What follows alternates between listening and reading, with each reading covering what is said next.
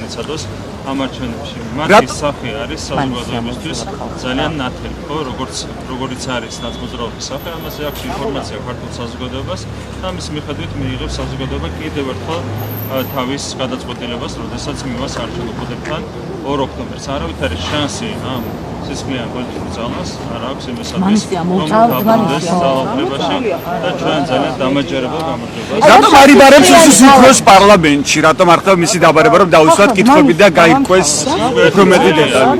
უკვე 1 წელია ოპოზიცია ითხოვდა აღარ ითხოვს. შეიძლება რა მოვისმინეთ? ოპოზიცია ითხოვდა 1 წლის განმავლობაში რიგარეშე არჩევნებს, ვერ მიიღეს რიგარეშე არჩევნები, ახლა ჩამოსული არიან რიგარეშეს ხდომის მოთხოვნაზე. რიგარეშეს ხდომას რაც შეეხება, ყველაფერს აქვს თავისი დრო, თავისი წესები. არჩევნებამდე როგორც ესე არ იმართება ხოლმე პლენარული ხდომები, ამის რესურსი არ აქვს პარლამენტს, გამომდინარე იქიდან, რომ ყველა დეპუტატი არის ჩართული საარჩევნო სამუშაო პროცესში.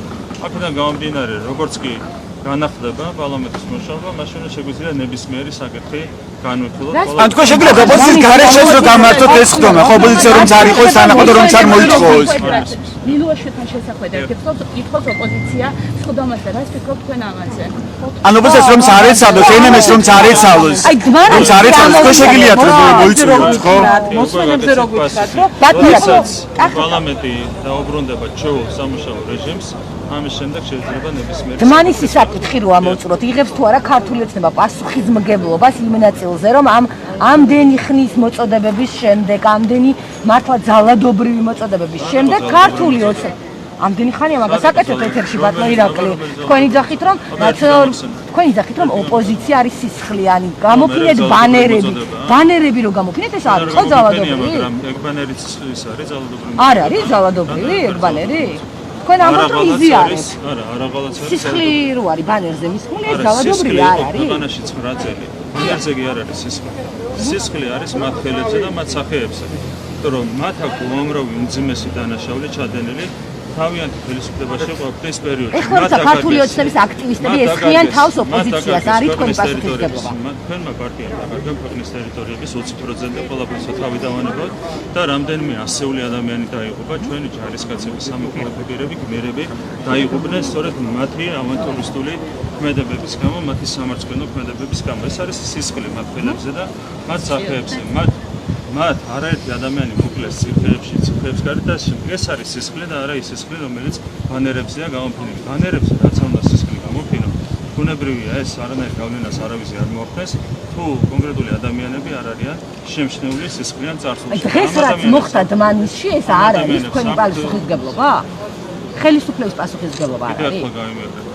სიძულვილი, სისხლი, ძალადობა ეს არის ნაცმოძრაობის და მისი ტელევიზიების ხელწერა. თუ ვინმე ამ ქვეყანაში აგუებს ამ ყველაფერს, ეს არის ნაცმოძრაობა. ხო, მაგრამ ქართული ოცნების წარმომადგენელმა დაწერა. მოკლედ კახა კალადემ განაცხადა, რომ იმ შემთხვევაში თუ უსმენენ დიპლომატებს, აქ კანონდარღვევა არ არის და შესაძლებელია რომ მოისმინონ. საერთაშორისო საზოგადოება აცხადებს, რომ ეს არის კონვენციის დარღვევა. თქვენი შეფასება მოკლედ უნდა მოусმინონ თუ არა დიპლომატიურ კორპუსს და რატომ არ უნდა მოусმინონ, ან რატომ უნდა მოусმინონ? ასევე საინტერესოა, აქვე რუსულ სპეცსამსახურებთან თანამშრომლობა თუ კი დადასტურდება, როგორ უნდა იმოქმედოს ამ შემთხვევაში საქართველოს რამდენიმე ფაილში, ამაგრეთ წოდებული რუსულ ფაილებში იყო საუბარი ამაზეც, რომ გარკვეული პირები, მათ შორის სასულიერო პირები თანამშრომლობენ რუსულ სპეცსამსახურებთან.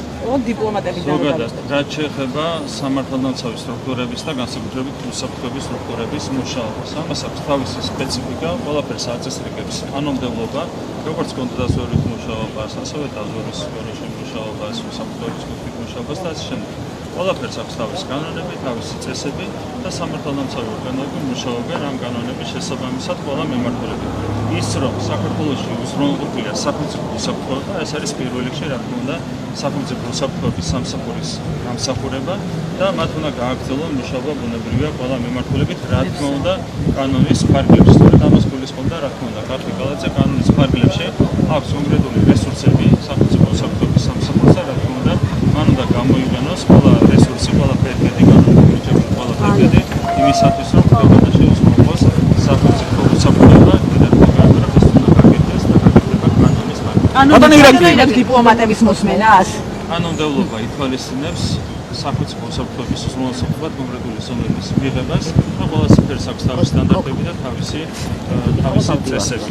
რაც შეეხება დიპლომატების მოსმენას, არავითარი მტკიცებულება ამ კუთხით არ არსებობს, ეს არის თავისთავად ბუნებრივია მნიშვნელოვანი, არის რაღაც გაუგებარი თაღალდები თავისი მართლით და იქნება სპეკულირება ბუნებრივია ამ ყველაფერთან.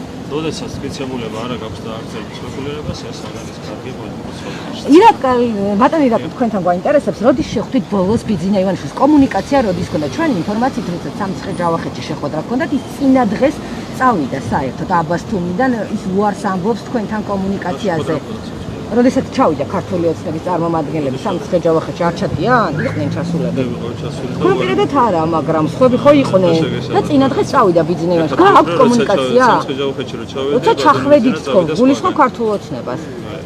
ესე იგი, გააქვთ კომუნიკაცია? მარტო რამეს გეტყვით რა.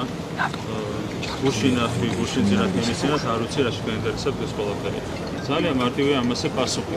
იანვარში ამ ადამიანმა ბიძინა ივანიშვილმა მიიღო პრინციპული გადაწყვეტილება, თავისთვის პრინციპული გადაწყვეტილება იმასთან დაკავშირებით, რომ მას სურდა სრული დისტანცირება პოლიტიკისგან.